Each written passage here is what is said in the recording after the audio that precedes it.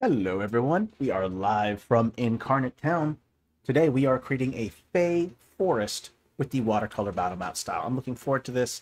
It's a style that I think is underappreciated, and so we're going to go ahead and give this style a little bit of love today. So welcome everyone. Now, as always, if I could just direct you over to the chat before we get started, there's a couple links there. If you haven't already, I would totally recommend that you join our Discord server. With just interacting with the community with just a couple of weeks, you're going to find your cartography skills are going to increase quite a bit. So definitely join our Discord server. Absolutely fantastic. Thank you, Philip, for pinning that. And if you don't know yet, you can also leave ideas or suggestions for future content for this channel. So if there's a video that you want to see or a time lapse that you want to see, please definitely click that Canny link. Now, we do more than just video or stream requests on that Canny. You'll also find feature and art requests. So definitely go check that out. We listen to our users. So leave your requests there. Hello, first time chatters, both of you, welcome. Okay, so let's dive right in. We are creating a Fey forest with the Watercolor Battlemap style. I'm going to be sticking with just your standard default landscape aspect ratio. If you go over to the grid, it's going to show as 40 by 30. And I'm going to use this grid 40 by 30 as my guide for scale because it's a forest. And when I think of forest, I don't think of 120 feet. I think several hundred feet. I think of something rather large. Now, there can be tiny little groups of trees, but a forest, for me, I feel like the scale is a little bit bigger. So we're going to stick with this. This is quite a large battle map when it's 40 by 30 tiles. That's quite large. What I'll do next is to create a little bit of an outline of these glades, because what I want to do is I want to create a massive forest, and I want what's called glades or clearings opening in the trees, because otherwise your players are just going to be maneuvering around all these trees. So creating little clearings, little sections within that forest allows players to maneuver around, and then you can put a theme to each one of those. So what I generally do is I'll just use the line shape to create a sketch or a layout, whatever it is you want to label it. It's going to be a color. I'm going to go to that little gear over there and just choose a straight line.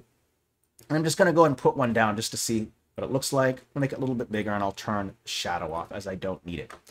So this is the same approach that I have to making a forest. It's the same approach that I have to making a dungeon. So what I'll do is I'll create a central area first. This is where the players are going to enter into this place, and then they're going to branch off into these other little locations. So this is a centralized layout.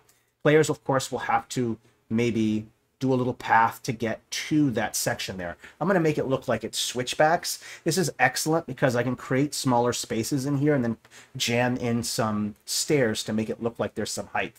Once I've created the entrance or access to the central part, I can start creating some other sections like this. So here's one section here. Let's make a bigger one that maybe goes right here. Let's put a section here, and then we can put maybe another section right here like this. Okay, now once you have the sections, the glades or the clearings, next you want to connect them. So let's go ahead and just connect this one. Let's maybe even do a little bit of switchbacks here. And then it will reconnect maybe, let's do a little L shape here like this, a little curve, this shape. And then one that goes into here, and then one that goes into here. So here's my layout. From there, I'll go ahead and group and label it. So I just select it all, create group, we'll call it a sketch or layout. And I'm going to put it on the lowest layer as well so that my stamps will appear on top of it. If you feel like the glades are too big or the clearings are too big, you can always scale them down. So it's up to you. Now that I've got there, I'm going to also lock it. Okay. All right. Next, from here, again, you want to lock it. And then I'm going to go ahead and choose trees, because we're going to create the canopy. Okay, and then what I'll do from here is I'll go ahead and place trees all outside of those little circles that I created, because those are the clearings. Like this, single click or drag and click, up to you. We're probably going to end up changing And I heard that comment about the background noise, so I went ahead and tried to fix that. So let me know if that sounds good. Okay. Just going to keep adding in here. And we'll have to change where some trees are as well to make sure that there's room. Okay. Just keep filling it in with all these pieces. And then we'll change it up in just a minute. Let's just make sure that we kind of create the negative space. There we go. Okay. All right. Oh, I see. My mistake there. All right. Okay. Now I'll have to make some room for the space because I'm using this grid here. So I want to make some room. So I'll end up probably scaling down a tree just a little bit. And it's okay if the line work is a little off because we're going to end up putting more trees on top of this in just a moment. But first, let's go ahead and fill in the spaces like this. Here we go. Let's put some space here. Let's move this tree around here. We want it to be at least, at the bare minimum, at least 5 feet worth of walking room. So I'll move this up, move this here. There we go. That looks good. Copy, paste. And you're going to wonder, well, why is the line work all weird? Don't worry about that. We're going to fix that in just a moment. I'll show you a cool way on how to make a canopy and how to use contrast. So just one moment, and we'll go ahead and just make sure that all the passageways are carefully set up. You want to make sure there's always access, room for your players to move around. So I think there's enough space here. That looks good to me. We might want to add another one right here. Maybe, there we go. That was good. Just a little bit of space in between here. This looks like there's not much room. There we go. That looks good. Now that that's done, I can go ahead and just delete the sketch. I don't need it anymore. Okay. This is the canopy part, and I'm going to select it all. I'm going to go ahead and select custom object shadow, and I'm just going to make it look like there's just a straight drop shadow. And what's really cool here is this is going to create this kind of illusion of depth because of the various levels of trees stacked on top of each other. So there's that first step. Next, you're going to want to click one. I'm going to go ahead and just set it up right here. And then I'm going to go to blend mode, lighten, and I'm going to turn off any shadow and go up one layer. So this should be a layer above it. 2 or 3 is fine, whatever.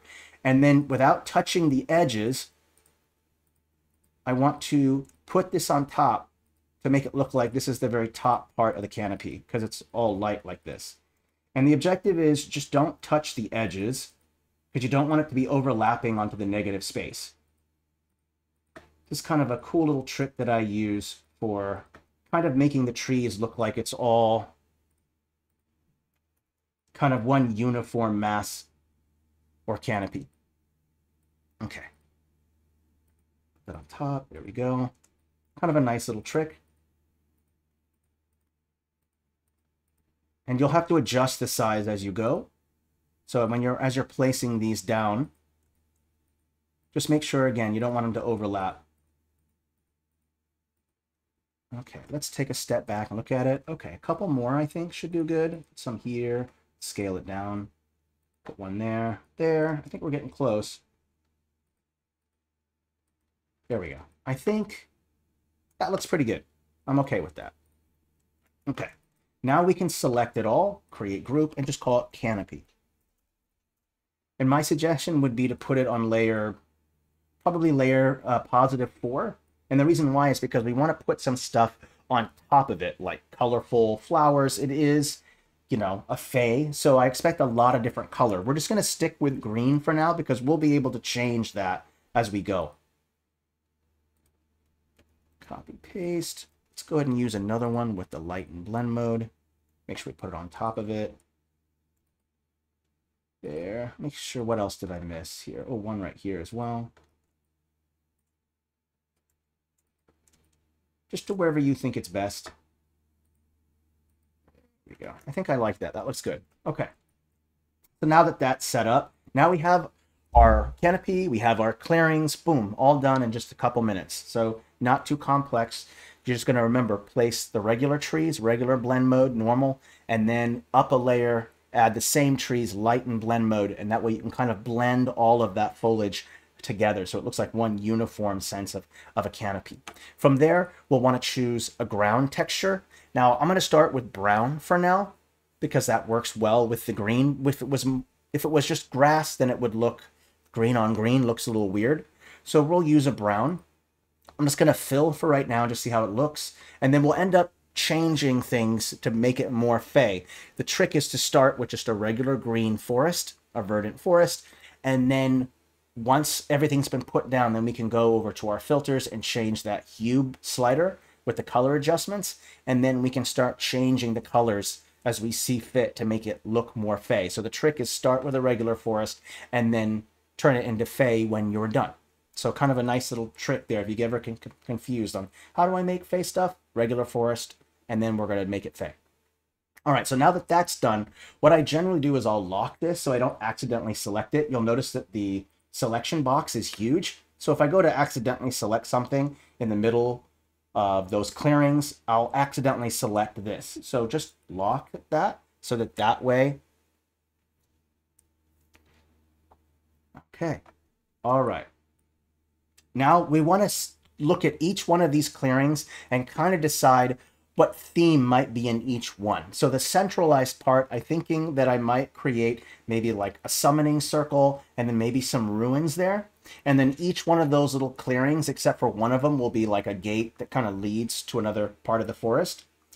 And then each one of those little clearings will have its own set of puzzles and challenges that includes an encounter or two, whatever it might be. So each little section has a theme, and for each little section, I'm going to have a statue, and each one of those statues will have like a puzzle. For instance, you could do something like a fifth element kind of thing where you have to provide fire or water for each one of these statues, and then that will activate the summoning circle in the center and then open up another section. And then there'll be combat as you're trying to figure out the puzzle, solve things, and get around environmental challenges. So that's generally my approach to battle maps, is little segments. There's a themed area, at least these dungeon types. We're going to have environmental challenges like traps, maybe vines grabbing at your players to make sure that they don't get to a place, or if that makes the combat more difficult because they're trying to escape some grasping vines while also fighting bad guys. So throwing in a mix between puzzles, environmental challenges, and combat is a way to make your combat more dynamic and more interesting, because just slash, hack, throw a fireball, or shoot a arrow is not generally the most exciting thing for your players. So just keep in mind to always diversify your encounters so there's a mix of things so your players don't get bored.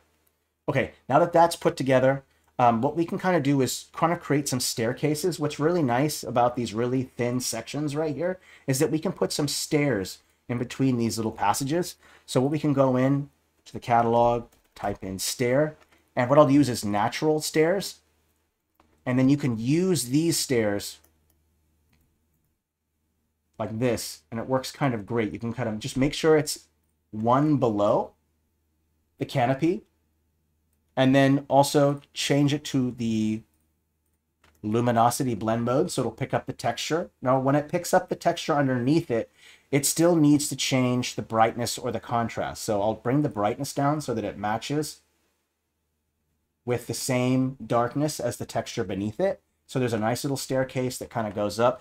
These staircases kind of create the illusion of depth. So it's always nice to have in little staircases here and there in each one of these sections. So let's put maybe another staircase. We'll flip it over here, going maybe down. So you go up, down that staircase, go up that one. And then we can also put them on the other entrances as well. Let's put one maybe right here. I think that looks good. Let's put another one. Let's just use the different one this time. Put it, let's see here. I think it might look good here. Let's take a look. That staircase looks fine. We'll put it there, and then we'll put one more right here. Which one? Let's do this one instead. There we go. Oh, let's flip it. It's got some curvature to it, as you can see the stairs. So we're going to make sure that the stairs kind of match a little bit. Let's switch it, flip it over one more time. I think this right here might be the best. There we go. Great little way to kind of add more depth to your map is adding in those random staircases. So kind of a nice little touch there. I think that looks good. Cool. All right, that looks good. Make sure here, I'm going to follow the course, make sure that everything kind of connects and comes together. Yep, that looks good. There's your entrance. All right, perfect. All right, so everything has access. Each section has access. We've added some depth using stairs. Let's go ahead and start with the central segment first, and then everything kind of branches out from that. I mentioned a summoning circle. So let's go ahead and use a summoning circle. I'm just going to use any one of these. All of these look good. I'm fine with either one of them. That's fine. We're going to place it down. And then, of course, change that blend mode to luminosity because I want it to blend in. And then I'll have to change the brightness. And I feel that the line work is a little too dark. So I generally drop the contrast a little bit so that way it kind of looks like it's a little bit more weathered. Because when I take that contrast back up to 100, it just seems so dark. But bringing that contrast down makes it a little bit more dirty, a little bit more faded. Looks like it's been used a little bit. So a nice little circle there in the center. That looks good. Now from there, I'll want to maybe create some pillars, maybe some fallen stuff. Let's just go ahead and make sure this is down all the way to layer -5. So that way I can put whatever I want on top of it. I go back into that catalog, type in pillar, and you'll see that there's a bunch of them here. There's some fallen one here. That's perfect. Let's use that. And remember that grid, it's 5 by 5. So I'll just go ahead and make this to where the pillars are fairly large. We'll go ahead and we'll use the grid as a guide. Kind of helpful there. Let's see here. One there, here, here. Let's see here. I think I should line it up better with the grid here. That would be more helpful. There we go. Yeah, that looks better. There we go. Okay. Looks good. Copy, paste. And I think I want some of it to look like it fell down. Okay, let's take a look. No, let's do this. Yeah, that looks better. Okay. I want to remove some of them. Get rid of that one. And then let's put maybe some fallen pillars on the ground here. This kind of acts as a nice little environmental thing that you can interact with. You could use it as cover from raining arrows. Your players can run on top of it, jump over it for a larger lunge attack, whatever it might be. Things for the environment for your players to interact with is super important. So just kind of remember that. Let's go ahead and bring this up a little bit more. I just want it to be a little bit more centralized. I think that looks good. And then we'll put maybe some kind of crystal or something that will go in the center there. That crystal needs to be activated. Remember, we mentioned the elements, so I think that would be a good idea. Let's type in crystal so that way I can kind of look at all my options. There's kind of a chained one right here. I think this looks kind of good. And you can choose any kind of color that you want. It doesn't really matter. We're going to end up changing the hue a little bit later in the video. So let's maybe just center this. We'll put that right there. Okay, that looks good. You could rotate it if you feel it's too centered. It's up to you. I'll rotate it just a little bit. Okay. Now, I'm not going to go into too much details. What I do is I try to just populate each section with the largest thing, the central visual within that area. And then from there, we'll add details because you won't know what details to add until you add some larger elements to fill up that negative space. That negative space, what I mean by that are the clearings, those openings where there isn't canopy. So this way, if you follow this order, you won't get bored because sometimes what happens is I'll start doing details a little early on in the map and then I just it becomes tedious. It takes longer because I don't know what stuff to add. So adding in the bigger elements, one, fills up more space, makes it look like you're getting more done. And then also it helps you decide what kind of details to put in that area because you've put a bunch of stuff in it or bigger stuff in it. All right, so now we have that. Let's go ahead and move to each section and just kind of put something in it. I think what we should have is maybe some more elevation changes. So it wouldn't be a bad idea to maybe have some big rocks that your players can interact with. So we can kind of put a big rock in this corner. It kind of fits. Look at that shape. Looks nice. We can throw in another rock somewhere as well. Over here maybe, and then maybe another one. Oh, I think maybe one or two should be okay. Let's take a look. If one fits in nicely, then we can put in more than one. I think that looks good. Let's go with that. Okay. And let's put another one over here so it's a little more offset. I don't want them perfectly parallel to each other. I don't like that. And then we'll go ahead and change the custom shadow, just your basic drop shadow. There we go. Okay. So I have these rocks. We'll add more details to that later. Let's move to the next section and what we'll do from there. Okay. Go ahead and close this out and kind of go through here. We can maybe create like a little campsite where your players can rest. Let's go ahead and choose maybe one of the smaller sections. And don't forget that scale. So we'll bring it down. And then what I wouldn't do is I'm not going to make the campsite perfectly central because there's already some symmetry a little bit because it's already centralized here. So I'll go ahead and take the campfire and I'll put it a little bit off to the side. And in that way, there's plenty of room on the left side for players to interact, go into combat, whatever it is they want to do. And then I'll maybe even throw in a log, something that your players can kind of sit on next to the fire. So we can put a large log next to it. And then don't forget, we can also put down some tents as well. Okay. I saw that question about a hidden path. We can go into that. We can go into that. First, let's just get the camp stuff set up, and then we'll make one of these passages a secret passage and how I would go about doing that. So let's go ahead and put one right here, and then let's put another one over here. Depends how many people are really in your party, but I think you could just put these three for now. This looks kind of good. Looks fine. Again, I'm just going to go with custom object shadow, which is a basic drop shadow. We're not going to go with directional shadows right now. We'll save that for another video. Okay. Just want to make sure that there's room here. Okay, and I put it close to the fire on purpose because it's just the way that these people are going to stay warm. So you have a nice little campsite here. Lots of room to interact. This open space can have a ton of things here. It's up to you. Okay. All right. I think for now, that'll be the central part. We could maybe throw in a couple stumps. I think stumps are a great thing to interact with. You can use them to pin an enemy. You can use them to jump on top of and do a lunge attack. You can push someone over a stump. You can use it to get a higher height advantage, all kinds of things. So we'll throw in some stumps in here. So there was some trees here once, but not anymore. Let's scale it down a little bit. We'll put just 3. I have like this rule of 3 thing where I like to use just 3 of a thing, and then you can kind of break it up. Again, use that basic drop shadow. Okay, this looks good. This section is done. Well, not done, but the basic stuff is in there. We'll move on. We'll go back and add in details later. Here's this next section here, and I think someone had mentioned kind of a secret passage, and I kind of like that idea. So how is it that I would go about maybe, well, you know what? Let's go ahead and finish the other sections first before we make a secret passage. And actually, I think I'll go into the canopy and we'll change it up and make that secret passage. That's how we'll go about this. This will be fun. So we're going to go ahead again, go to light and blend mode, make sure it's set to normal, and just make sure that they're below the ones with the lighten. And I'm going to create a cordoned off section that's a secret area that you can't get to without solving a puzzle or making it hidden or whatever. So I'll go ahead and make this other section right here.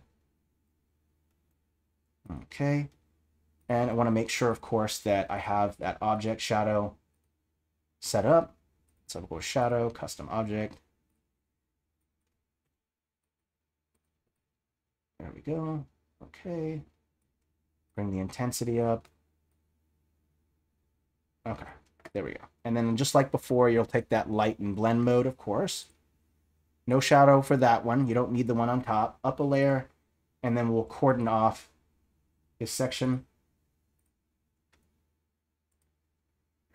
One there should look good. One right here, and then one more right there I think should look good.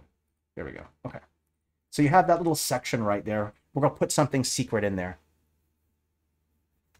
Okay. All right. So there's that secret section. So the way that I go about stuff like this is you don't want to make it so hidden that your players are like, I have no idea what's right there. You know what I mean? If you have to make it a clue, visual clue.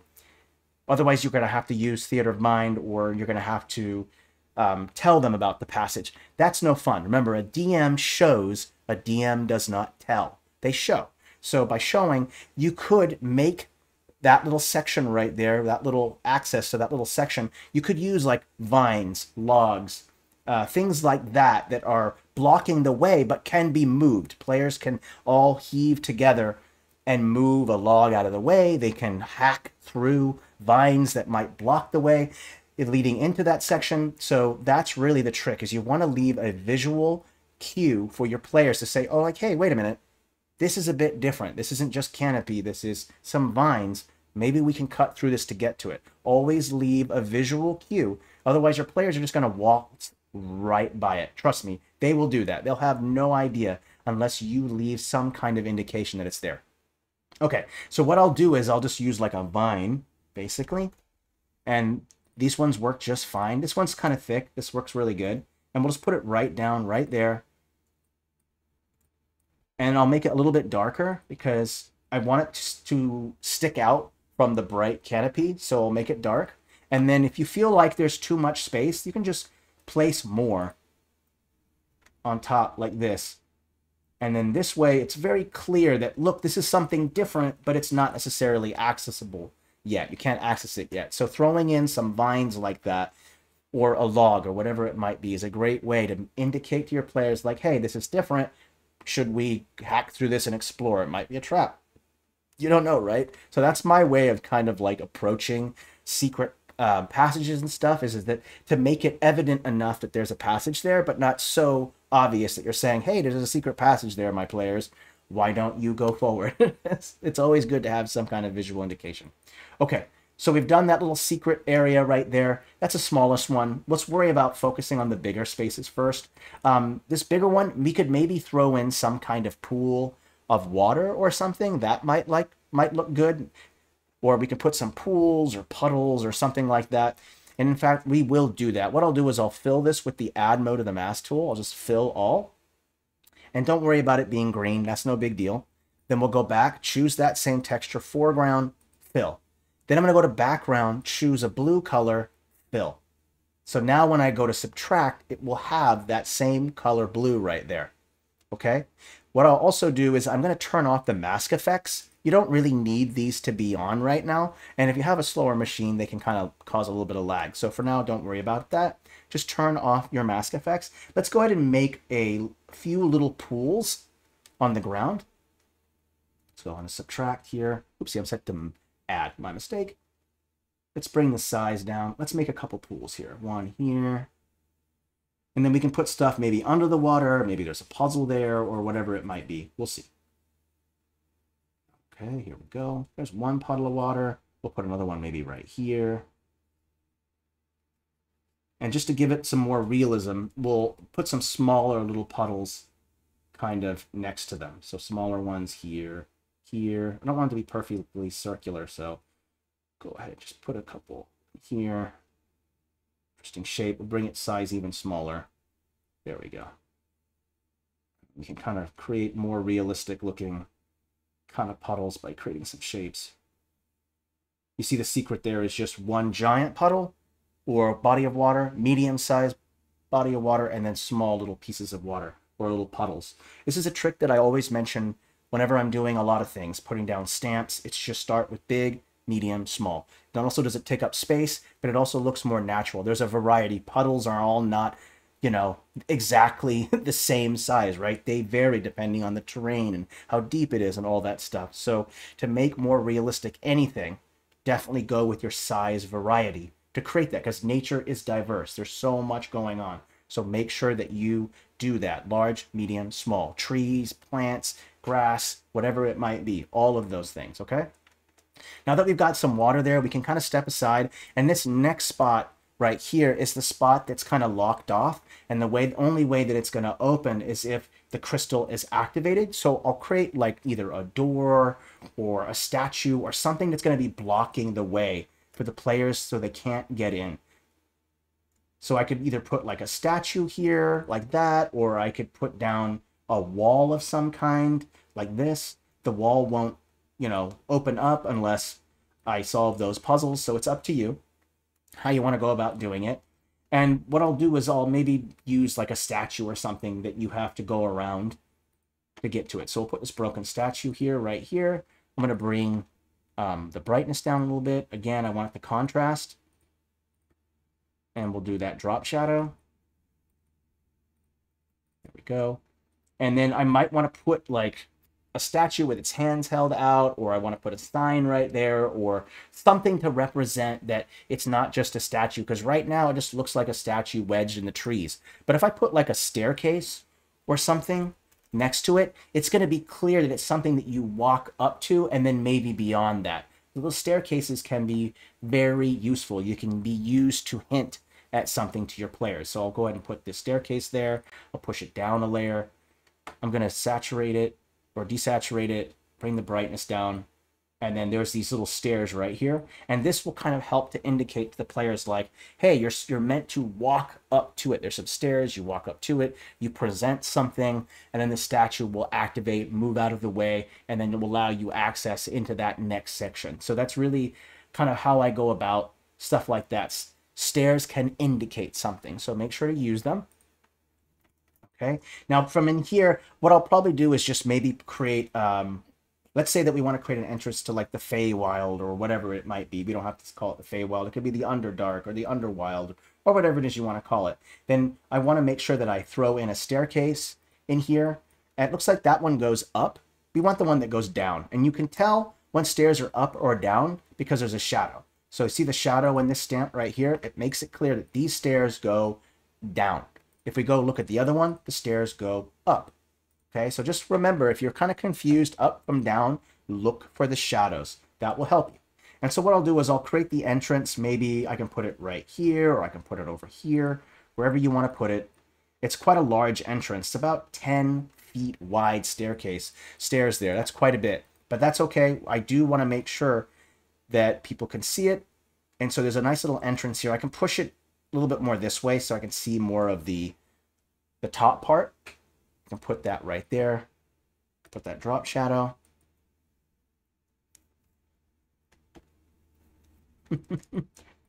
Okay, let's bring the brightness down just a little bit. There we go. Okay. Now, you know, I look at it from this distance and I don't really like that angle, so I'm going to put it right here, because sometimes what happens is when you zoom out, you're like, wait a minute, that doesn't look good. Whenever you're working on your map, just make sure when you're zoomed in like this to zoom out once in a while and take a look at it and get the bigger picture.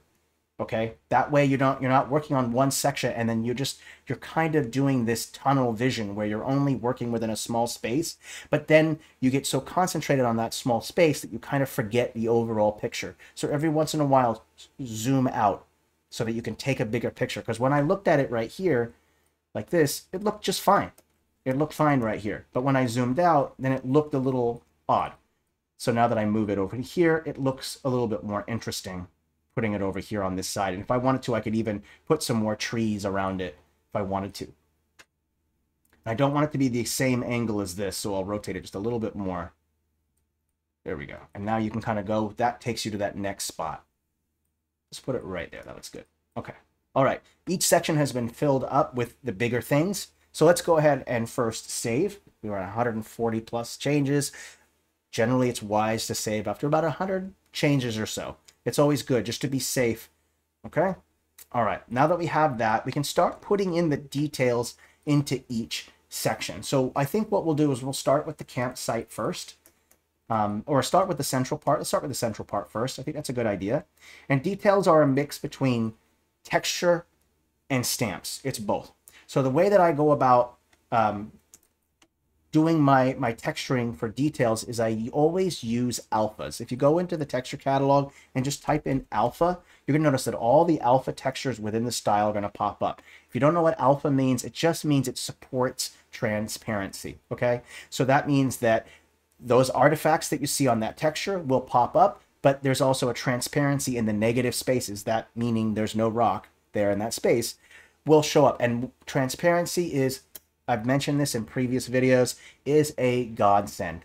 Okay, if you don't, definitely use these. They're going to find them very, very helpful. So there's a couple things that we might want to do. And the first one is that we might want to create a path to wherever there's access points. That's a good start. It's a good little detail to throw in there. Let's make sure that we're scaling the texture down. Whenever you scale down stamps, that means you should try to scale down the textures with it. It looks really weird when you have tiny, tiny stamps, but then the texture is at 100%. So you'll have to scale down both, okay? So we can start by just maybe putting down FG layer here, and we can just kind of put down some stone. And I'm going to make it a lighter color because it'll pop out against that darker brown underneath. And we're also going to put it around as well. And then every section where there's a little path, I'm going to put it there. So here, a little bit here, let's put a path. Goes in here, goes here to this section, and then we'll create a little path. And then we'll put it also underneath where the campfire is. Okay, now if you don't end up not liking that texture, you can always use different textures. That's up to you. That's fine. I'm going to turn the grid off too because it kind of distracts a little bit, so we can take a better look at it. I think I'm okay with that texture. We'll start with that, okay? And the next bit is to, oh, there's also, so this is a nice texture right here. I like that one. We'll think about that too. Let's also put in some grass as well. So we'll type in grass.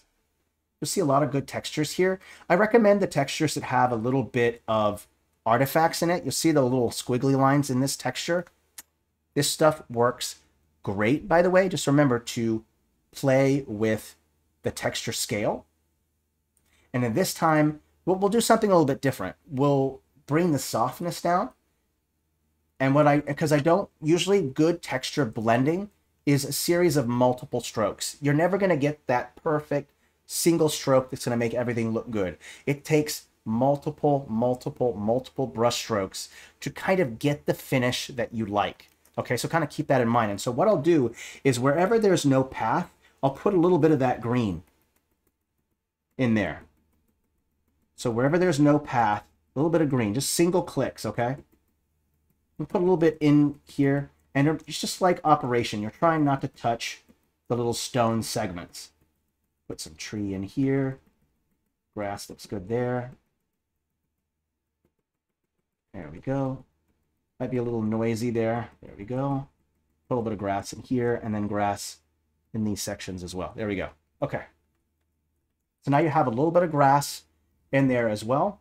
So that kind of works out really well. And then we'll go ahead and save it. We did a lot of changes there. You're going to find that there's going to be a lot of changes when you do texturing, and that's okay. Just as soon as you finish doing texturing, you've done those 1,000 strokes or whatever it is, just make sure that you save. Okay, now that that part's done, we can kind of start putting in maybe some gravel, some rocks. Like you notice that the path where the players are walking is really flat. It just looks like a texture. But throwing on some artifacts and some rocks and stuff like that will make that path pop out a little bit more. So I'll go back to alpha. And there's some awesome little, there's gravel alpha, there's dirt alpha right here. Both of these work really well. Just remember to make sure that you scale them. And I'll bring the opacity up to 100%. And I'm just going to place these on the ground here a little bit. A bit of trash, a little bit of dirt, some rocks, some leaves, some stuff like that. Just put that. There's great places to put them is on the edge here. You notice that there's some sticks. That could look like that's duff. Duff is like fallen, is like debris that falls off a tree or off plants. So putting them along the edge here makes sense, right? Branches get blown in the wind, twigs, they fall down, things like that. So just kind of factor that in.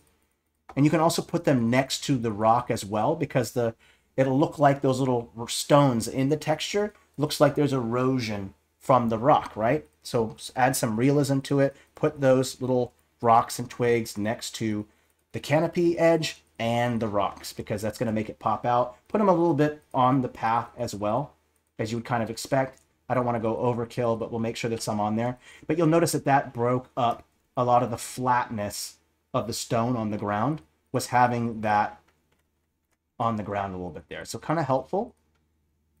Again, lots of changes. So let's go ahead and quickly save it.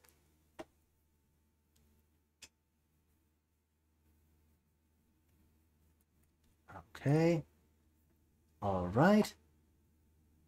We're going to be done in about 20 minutes. So let's keep going here. All right. We'll go into that centerpiece here, and we're going to try to figure out the kind of details that we want to put in this section here. I think some good idea would be like some rocks. We might want to take some clipping masks and make some of this summoning circle look like it's kind of covered, a little submerged in the ground a little bit. So we'll type in clip and use the soft edge clipping mask and then put them over like this. Let's go ahead and make sure that they're a layer below the pillars. Put the pillars up. They're also at -5, so we'll have to put those up. You know what? Let's select one and then select them all. Select all from the set. Bring them up a layer. There we go. Great. And then we can take these clipping masks, and a nice little trick is to go ahead and just place them on the edge here and there. And what that will do is kind of create this illusion that some of it is in the ground. And that's kind of a nice little touch that you can do there. So we'll go ahead and throw that here, here. Put one here, here. Let's put one over here maybe, and one right there. And then I want to make sure that some of that stone overlaps as well. There we go.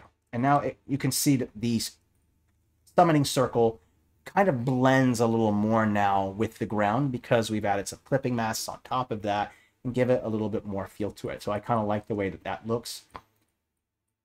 All right, I'm going to go ahead and travel like I would through here. Your players travel through here, maybe deal with some bottleneck traps or bottleneck combat. They go into this section here. They discover that crystal there. I'll lock this. Take this crystal, make sure that it's above layer. There we go. And I make sure that I put a little bit stone right there as well. There we go. Okay. All right, this section looks good. Let's go ahead and throw in the statues in each section. Okay, let's go type in statue. Okay, let's take a look here. I think these statues look kind of good. Oh, looks like it's going to take a moment for it to load. Just bear with me here. Ooh, there, we'll use this one since it's loading.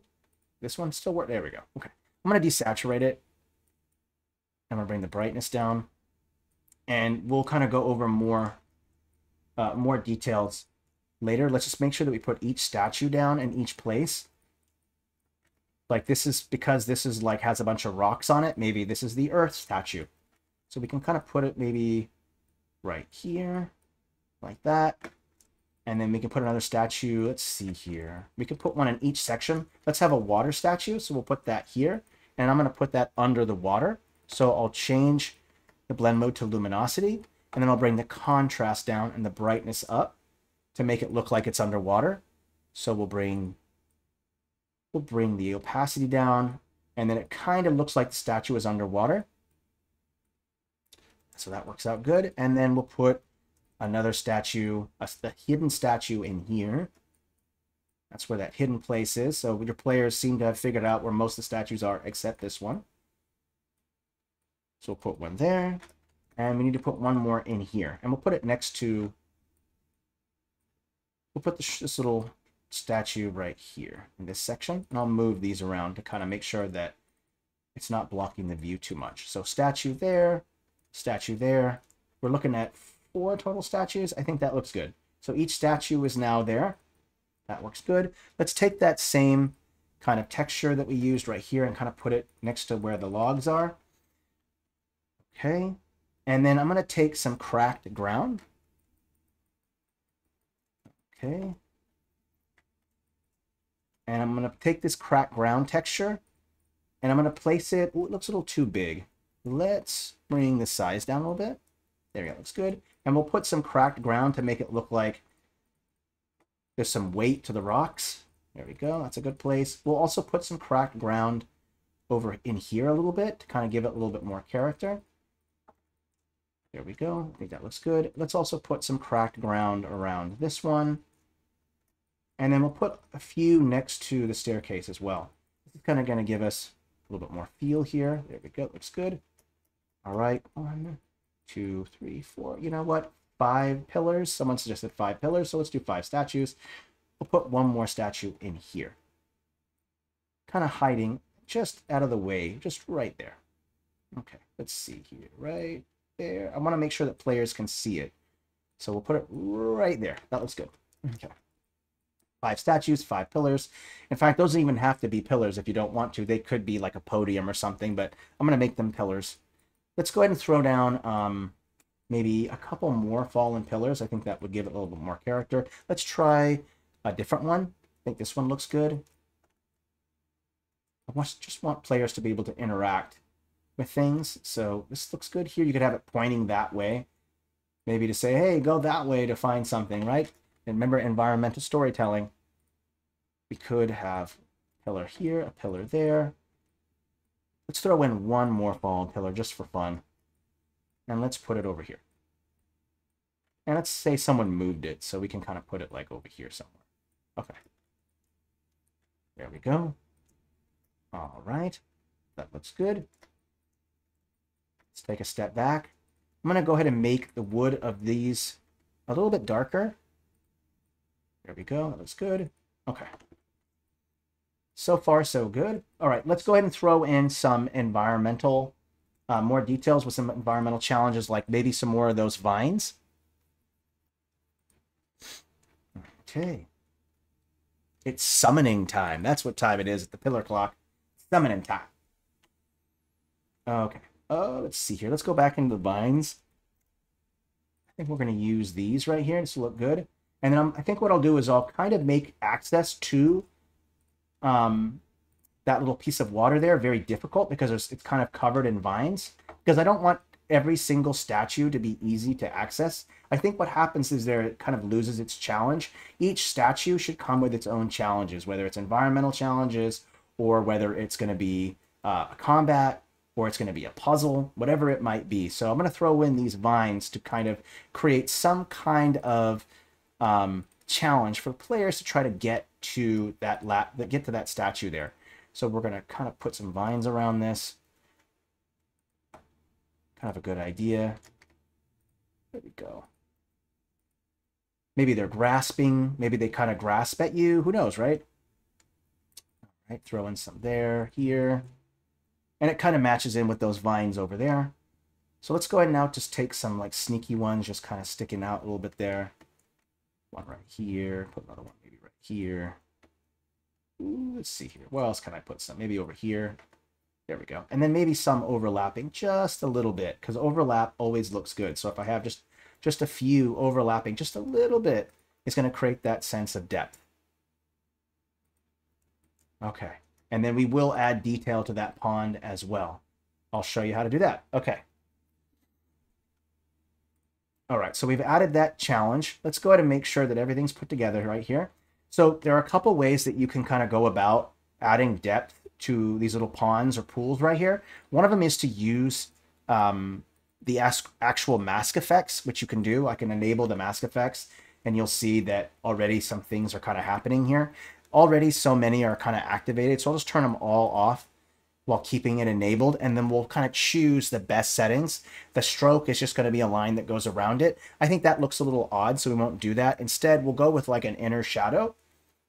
Actually, we'll do an outer shadow first. Let's do that one. And it's going to be white. You'll see that. Let's go ahead and bring the blur down and then bring the intensity up so that you kind of see this nice white. So there's that first step. That's one part, is adding in that little shadow or that shadow. The second part is to use that same texture that you used. And then if you go into color, you can bring the brightness down to make it a little bit darker. And then just bring the opacity down. 40 works fine. Make sure it's set to BG layer.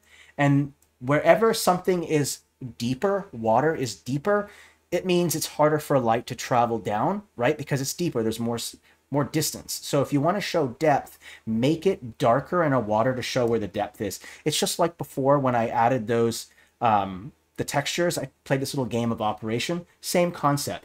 Whatever you do, don't touch the edges. Okay, so just kind of go in like this, and then we can start single clicking into the center a little bit more to show where the depth is. Now, if we take a step back, you'll notice that has a little bit more depth to it. So that's the secret, is just using a darker variation of the texture, lower opacity, and then just step away from the edges. I mean, you can go to the edge, but the thing is you have that shadow that white shadow there. So going against the edge like that, it might look a little weird. So I try not to touch the edges. Going like this, and here's another pool, a little bit darker there. There you go. So not too complex on how to make depth with your water. Just remember, deeper water, darker water. Shallower water, lighter color. So that's really the big trick there for water. Okay, now that those pools are done, we'll save because we did a bunch of texturing. And then we'll kind of do the last couple sections, and then we'll wrap it up. Because we have to show you the fey part. Right now we're just making the forest. We want to do the fey part, and we'll get to that. So I'm going to go ahead and put this here. I might have to make some adjustments. Remember, luminosity doesn't change the brightness or the darkness of a stamp. It only allows it to pick up whatever texture or colors beneath it. So I'll have to bring the opacity down, or bring the brightness down a little bit. There we go.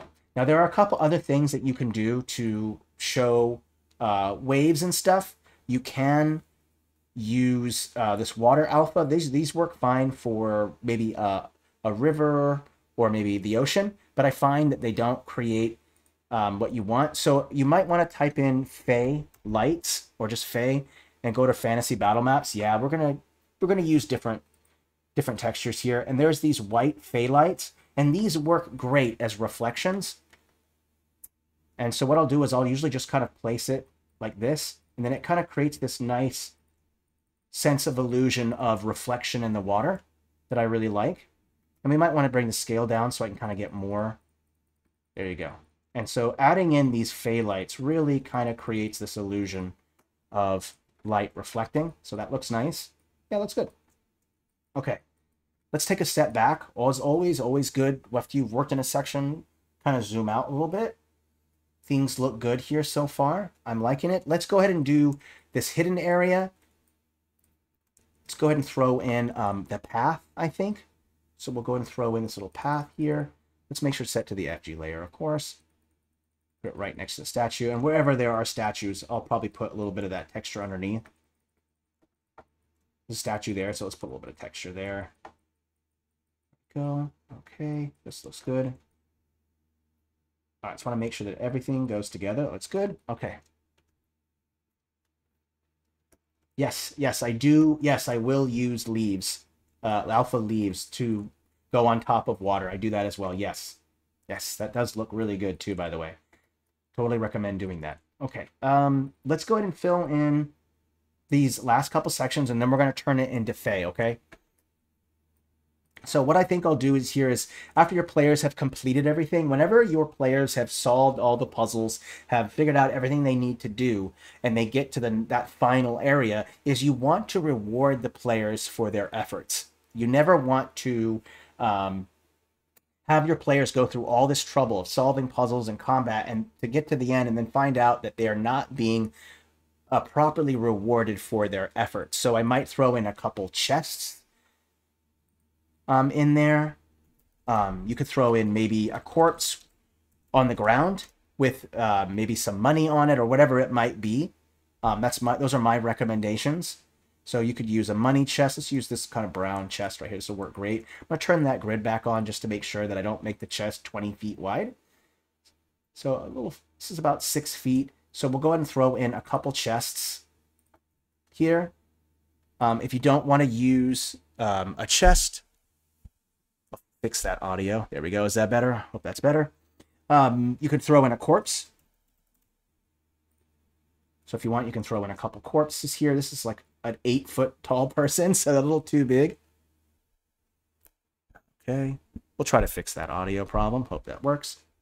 Okay, we got a corpse here. You can always throw like a corpse in a corner, and then you and your players walk up to the corpse. They can try to find something that might be in it. Could be coin, could be a spell, could be an important item that might take place. It just depends on where your players are in your campaign and what they're doing. All those things work, but just remember that at the end of the road of whatever this encounter is, excuse me, you want to have some kind of reward that's equal to the amount of work that your players have been doing on this map. So always be sure to reward your players.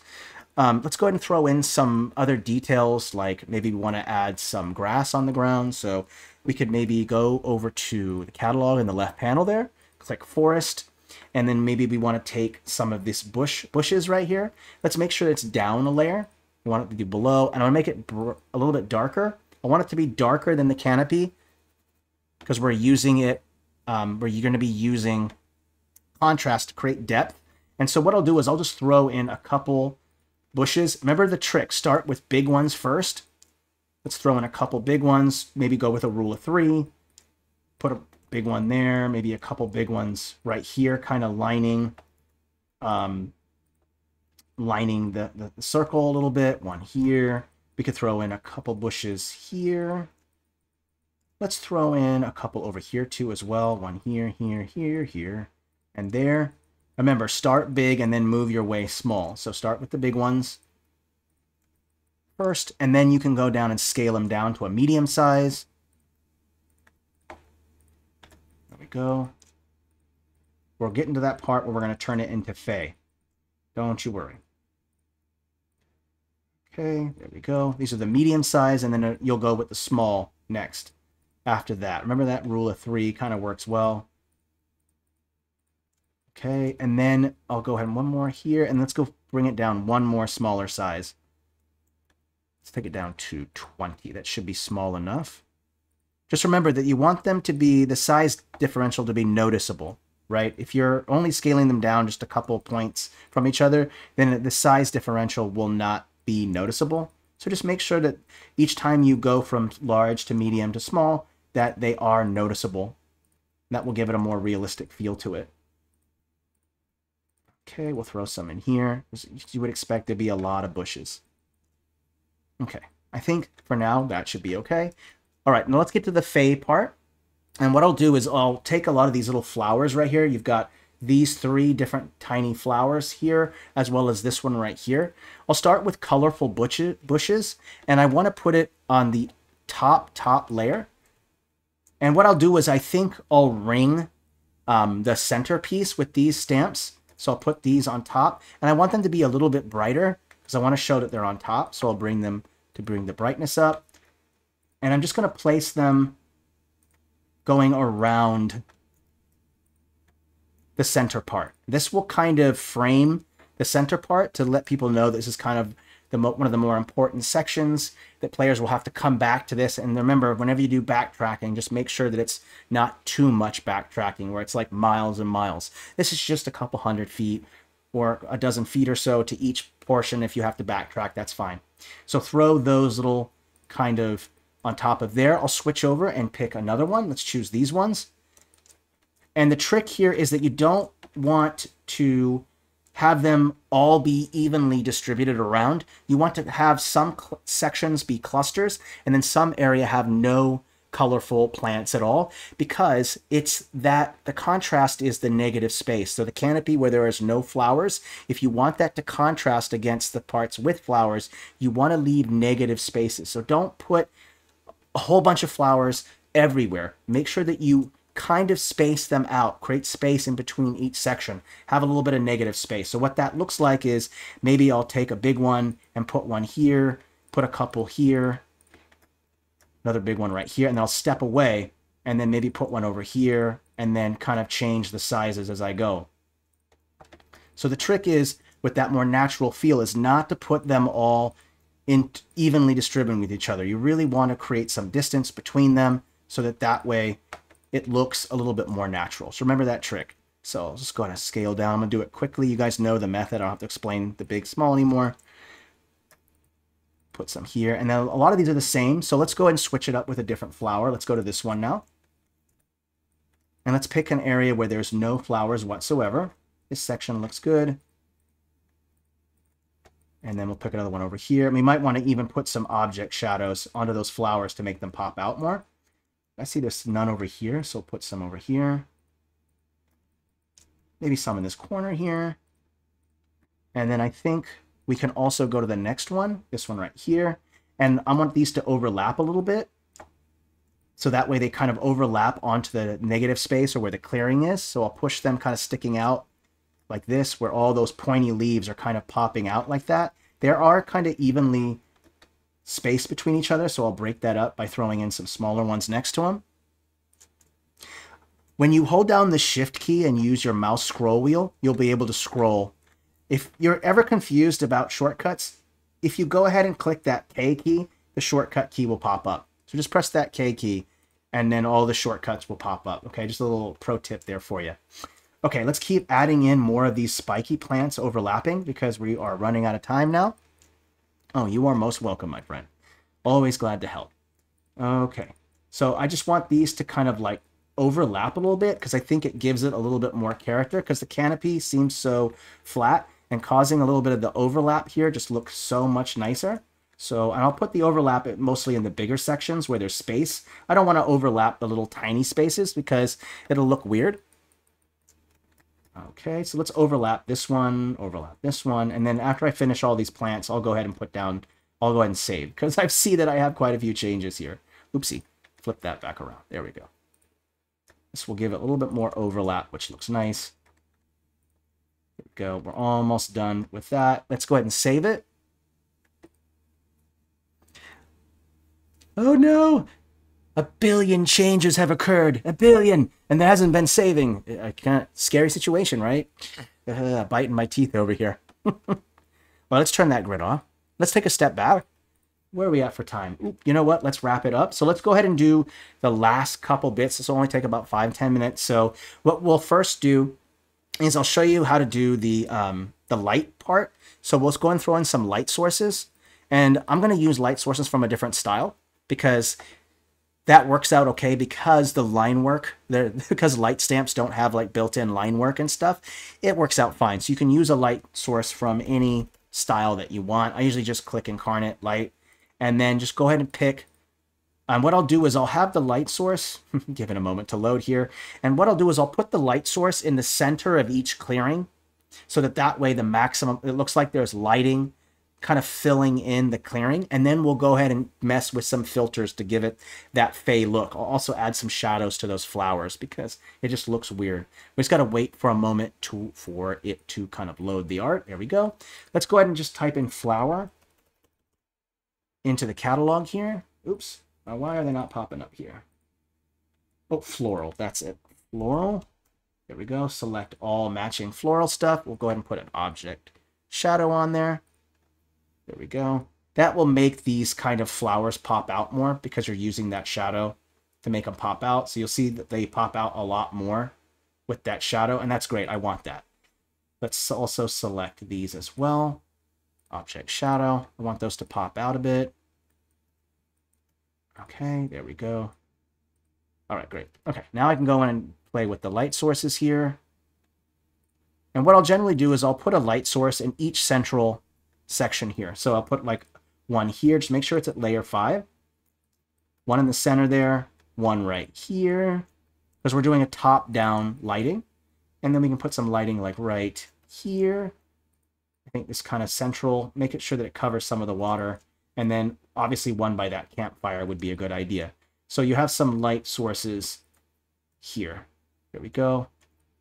All right, that part's done. If it feels too bright, don't worry about it. You can always just drop the opacity. It's up to you. Okay, last part. We're going to go use the filters to create the fey part. So cool little trick here. You're going to go to a color adjustment filters. Don't click the black and white filter. Click the plus button. And then we're going to bring the opacity up, and then we're going to change the hue. Just one little click, and you're going to see here that it's starting to change up the color a little bit. You want pink, kind of a dirty green. Do you want some purple in there? Do you want it to be where it's a little bit more bright green? So changing the hue is a great way to cause it to change color. So just kind of remember that. And if you want it to be various colors, you can go back, select sections of the canopy, and change the hue. So if I go back, let me show you that real quick so you can kind of see that. You can kind of go in all the way. You want to find where that locked piece is, right there, canopy, open it up. And what you can do is you can just select one section of the canopy right there and just change the hue. So you want some green over there. Maybe you want this part of the canopy over here to have a different hue. Maybe we'll make it purple. Maybe I want this section of the canopy over here to be a brownish color, or I want it to be more of that purple color. Maybe I want to go over here and change the hue on this one. So this is how you kind of change it up now. So you see you have these different colors. This is what I expect from Fae, is a lot of color. Now I've noticed that the colors seem a little kind of faded out a bit. So what we'll do is we'll add a couple more filters to it. One thing you could do is just use the saturation filter. Boom, cause that saturation to pop out. You could use the contrast filter to kind of make the shadows be a little bit darker there. You could also make it brighter or darker depending on the way that you want it to be. So kind of some nice tricks there that you can kind of change up all the colors to make it look more Fae. So kind of a nice little trick. Just remember, make the forest first, add all the details. Once you're all done with that, then you can kind of move on to that next part, which is starting to change the color adjustment, change the hue, whatever settings that you want.